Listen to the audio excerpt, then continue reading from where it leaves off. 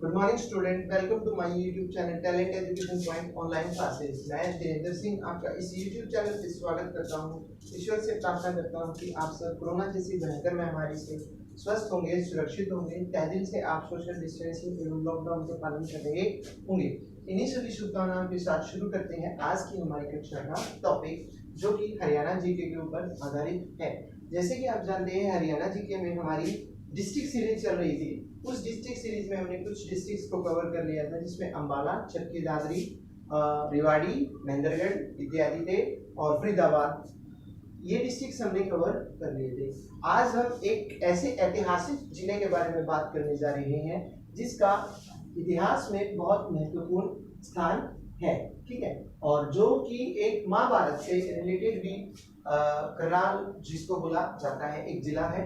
करनाल जिला एक ऐसा जिला है जिसमें से बहुत से अन्य जिले जो हैं वो उत्पत्ति हुए हैं। कैथल की बात करें, कुरुक्षेत्र की बात करें, तो इसमें से कई जिले निकले हुए हैं, ठीक है।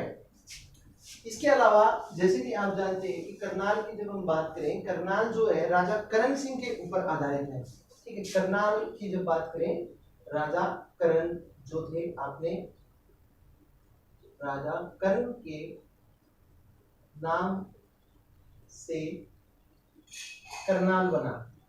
तो जो राजा करण थे उनके नाम से बना है क्या, करनाल, ठीक है।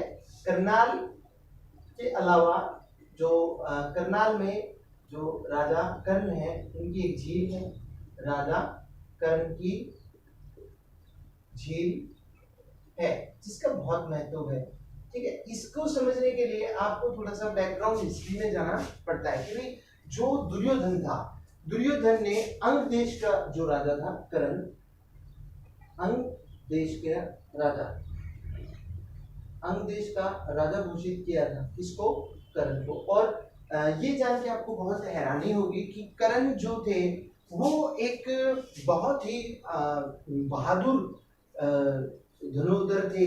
जैसे कि आपने सुना होगा कि कर्ण और अर्जुन जो महाभारत के प्रमुख योद्धा थे, उनमें एक हिसाब से जो कर्ण और दुर्योधन थे वो वास्तविक में भाई थे, ठीक है। लेकिन इसके बारे में जो इतिहास है वो हमें कई कहानियां बताता है। उन कहानियों का अगर आप अध्ययन करेंगे तो आपको इस इतिहास के बारे में पता चलेगा कि जो पांडवों की पत्नी थी, पांडव की जो पत्नी थी, उनकी विवाह से पहले वो गर्भवती हो चुकी थी, क्योंकि उन्होंने देवता का आह्वान किया जिसके कारण वो गर्भ हुए। और उस समय पे जैसे कि आप जानते हैं, अविवाहित लड़की के लिए उस अवस्था में माता बनना उचित नहीं होता। इसी अपमान से बचने के लिए उन्होंने उस कर्ण को एक टोकरी में, तो हम ये जान रहे थे कि जो कुंती थी उसने विवाह से पहले उन्हें एक पुत्र उत्पन्न हुआ जिसका नाम कर्ण था।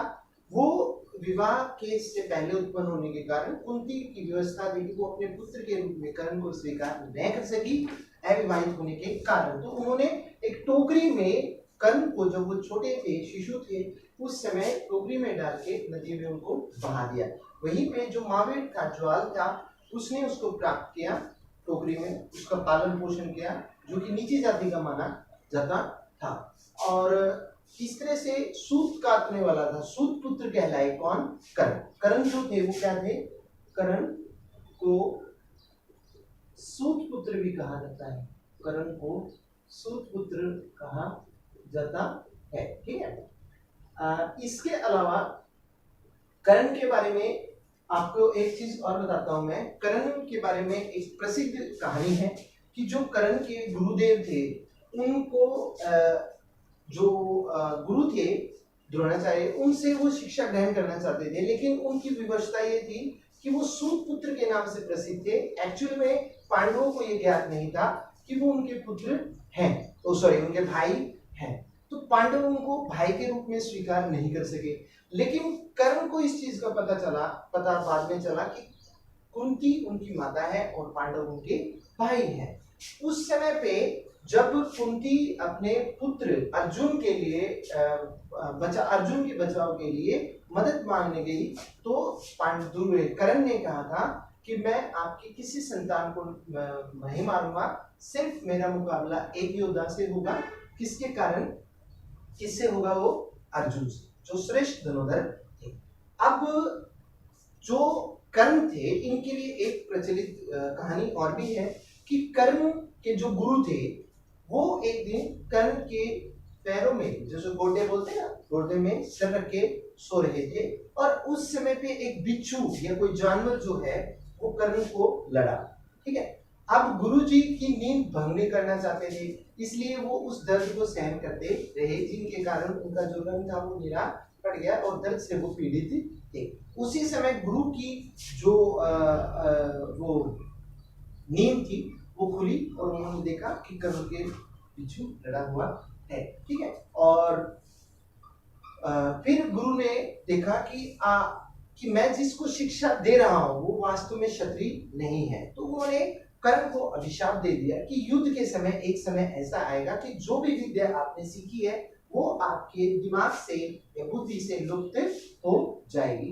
यही हुआ महाभारत के युद्ध जो 18 दिन तक चला। ये भी जीके का क्वेश्चन आपसे मैं पहले डिस्कस कर चुका हूं कि 18 की जो सीरीज है वो महाभारत के युद्ध में बहुत महत्वपूर्ण है।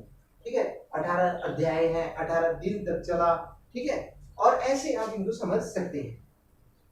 तो यही हुआ जो पहिया फंसा, चक्र फंसा रथ का, और युद्ध के समय कर्ण जो थे वो अपनी जो शक्तियां थी उनके बारे में भूल चुके थे, जिसके कारण कर्ण की मृत्यु हुई। अब जो राजा कर्ण थे उनकी एक विशेषता और थी कि वो सुबह स्नान करने के लिए जाते थे। कहां पे? कर्ण झील। कर्ण झील, या जिसको करनाल झील भी बोला जाता है, इसका नाम पड़ा बाद में करनाल झील, क्योंकि करनाल तो बाद में बना है। ठीक है, कर्ण झील की जब बात करते हैं तो उस समय पे ये थी, कर्ण जो था बहुत ही बड़ा डिनोटर था, ही वाज ए ग्रेट डिनोटर, बहुत महान दानी था। यानी कि कर्ण से जो कुछ आपने मांग लिया उसने कभी मना नहीं किया, चाहे उससे आप उनके प्राण मांग लो, प्राण भी वो दे देते थे।